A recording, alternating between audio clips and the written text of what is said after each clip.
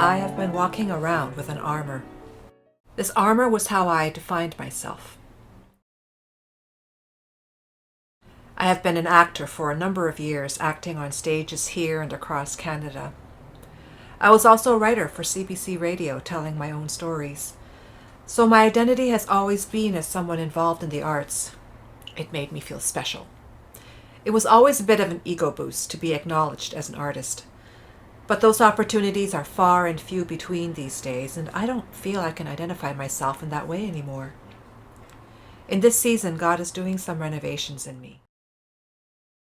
He is ripping out some very old siding that has kept me safe and hidden. But he doesn't want me to be hidden behind that old siding anymore. It was not a coincidence that in the emotionally healthy spirituality course I took, we were on the loss and grief chapter when this lesson was timed like a Swiss watch. The day I had class, I decided to make hummus. It was a whole day-long process. I soaked the chickpeas in the morning, then late afternoon I boiled them, and then once cooked, I peeled them in order to make the hummus texture velvety smooth. But I cooked too many beans. It took me 3 hours to peel them. I had also been coming face to face with loss all week, and it culminated in an email I received as the beans were cooking. The email triggered the loss of identity that I had been facing for a while. Without going into detail, the email I received broke me open, and I felt the identity that I had relied on to make myself feel above others and special was shaken loose. God used this email to remove the last piece of siding I had been holding on to for dear life. This last piece of siding was something I have hid behind for decades. No, not that. I need that. Who will I be if I'm not an artist? But I knew it was imperative to my relationship with God to let it go completely. And this was my frame of mind going into the class.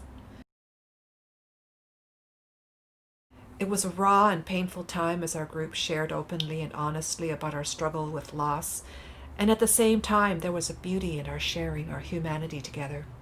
Though we saw each other in little squares, I felt those squares melt and we were in the same space together.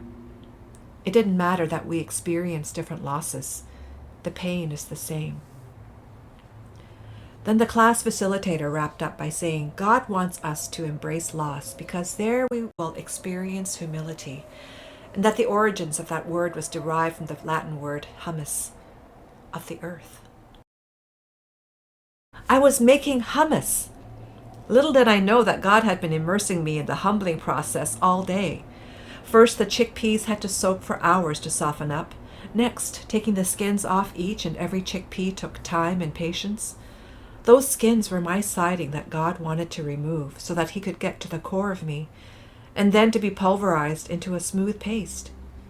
Being pulverized never feels good. No one ever said, "Please, God, more pulverizing."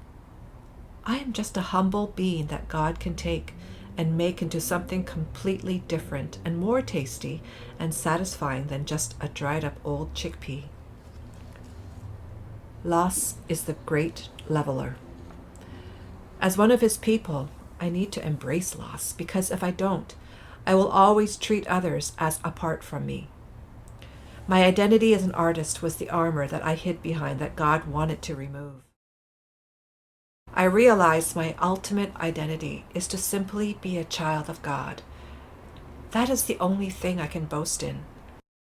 To lose and grieve is to be human, and actually, the word human also comes from hummus. And if I let myself soak in God and let him remove my skin and get pulverized, the result is to be included into the human experience. Out of that is a heart that can look outward to see pain and suffering in others and walk alongside one another with grace, compassion, and hummus.